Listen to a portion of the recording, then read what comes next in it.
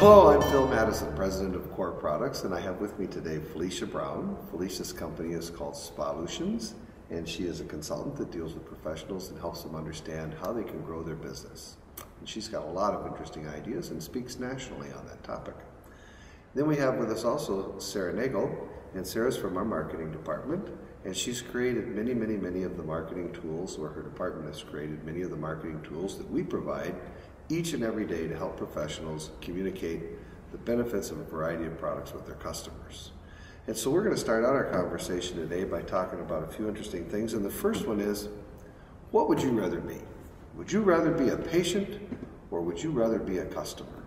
That creates an interesting perspective, doesn't it? So we have a lot of professionals we deal with, and they refer to their customers as patients. They refer to them as clients.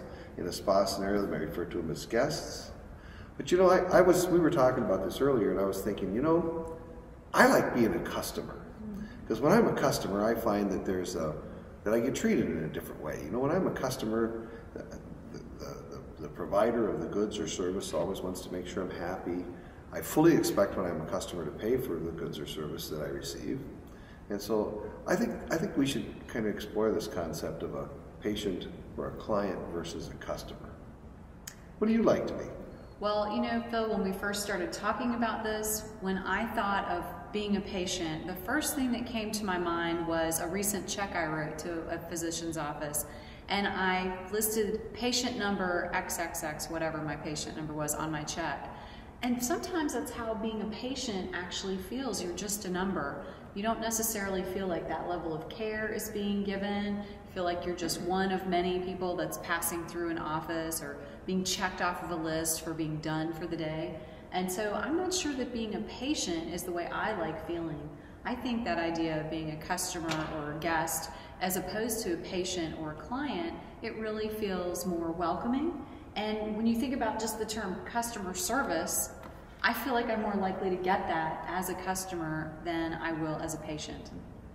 The other thing is, when I'm a customer, I'm in control.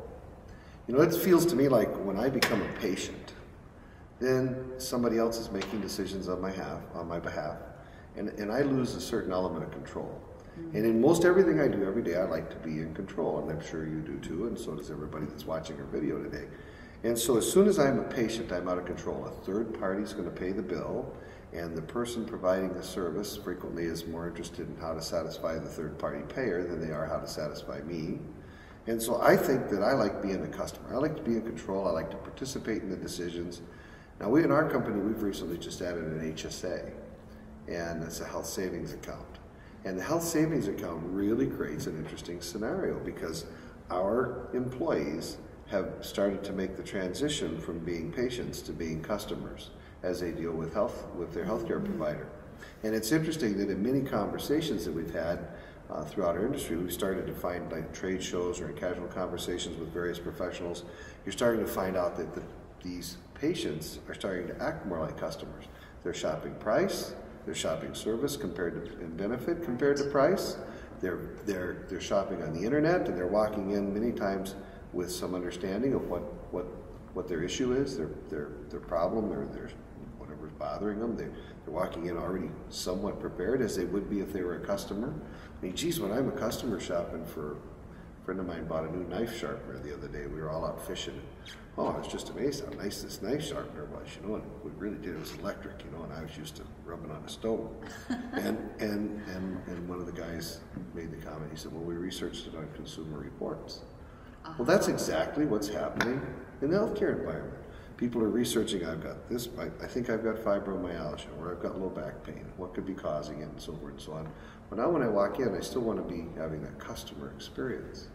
Well, and Sarah and I were just talking about value, how we expect more value as a customer, whereas a patient we might have been, that might be the better way to say it, we might have been willing to take whatever we got, but as that customer mentality is becoming more prevalent, we expect more from our doctor, or our dentist, or chiropractor, or massage therapist, any healthcare professional that we're seeking out, and we know we can choose to go somewhere else. Well, and I can speak from an employee that's on our HSA plan.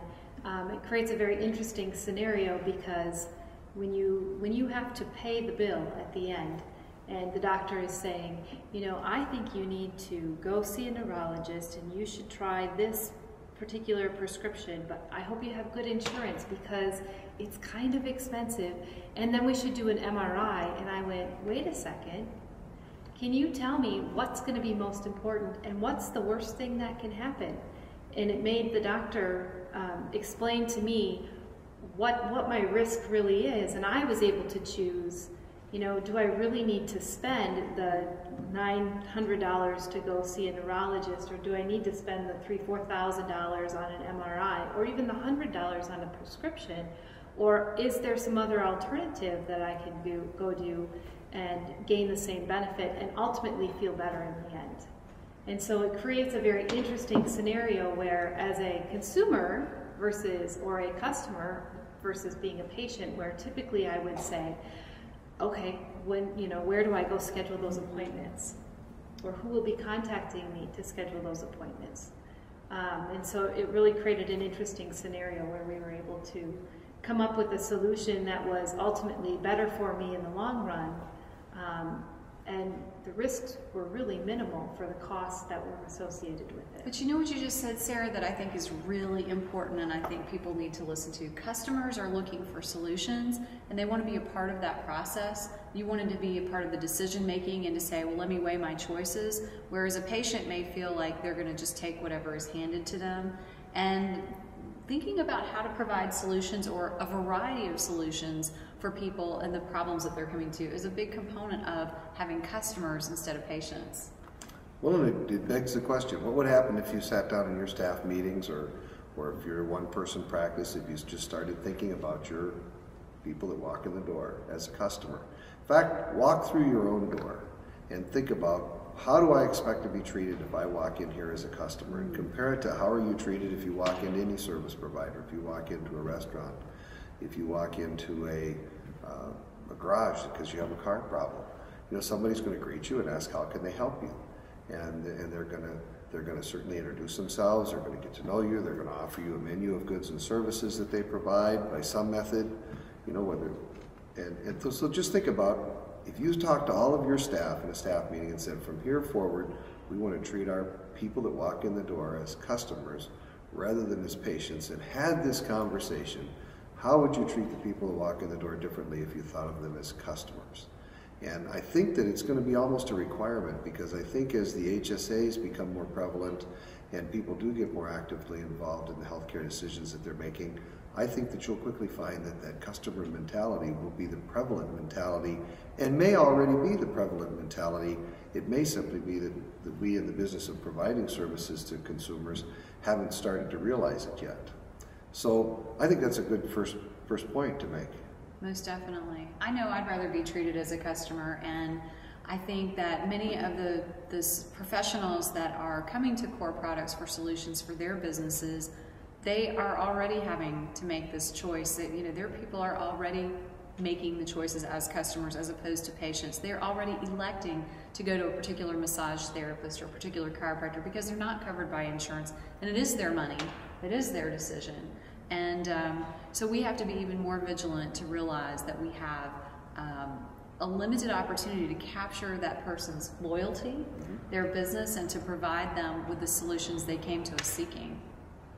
And I know I would prefer to be a customer versus a client or a patient, because I think that I'm going to walk away and you had my best interest in mind, and you were thinking about what can you do to make me feel special so that I will come back. I think that's really important too, is, you know, the why do I want to come back? Why do I want to talk about you again? Well, because I had an excellent customer service.